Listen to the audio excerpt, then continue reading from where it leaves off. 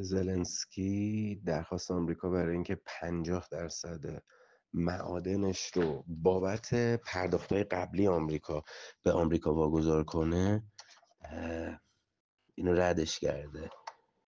دولت آمریکا یا ترامپ انگار نمیخواد با هیچکی مذاکره کنه. درخواستاش از همه کشورها اگر بخواد از طرف اون کشور قبول بشه، یا منتهی به جنگ میشه یا منتهی به یه کار غیرقانونی.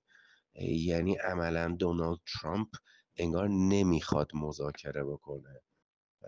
50% ذخایر معدنی اوکراین بابت پولی که قبلا پرداخت شده اصلا از نظر معاملاتی امکان ناپذیره، چون 50% ذخایر آینده یه عدد نامعلومه. پولی که قبلا خرج شده یه عدد خیلی مشخصه که هر روز داره ازش کم میشه. یا درخواست این که یه کشور بیاد به آمریکا بچسبه مثل کانادا، مسخره است، برای اینکه کانادا یک کشور فدرال خودش و ترامپ درخواست داره که کل این کشور به عنوان یک ایالت به آمریکا اضافه بشه. یعنی حتی از نظر قانونی و مادی، ماتریالیستی، معنوی، ایدئالیستی، یعنی اصلا درخواستا هیچ کدوم معنی نمیدن.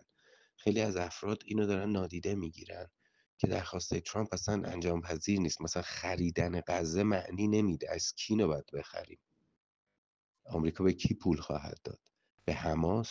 به دونه دونه فلسطینیا یا به اسرائیلیا؟ یعنی به هر کدوم اینها بخواد پول بده جنگ را میفته.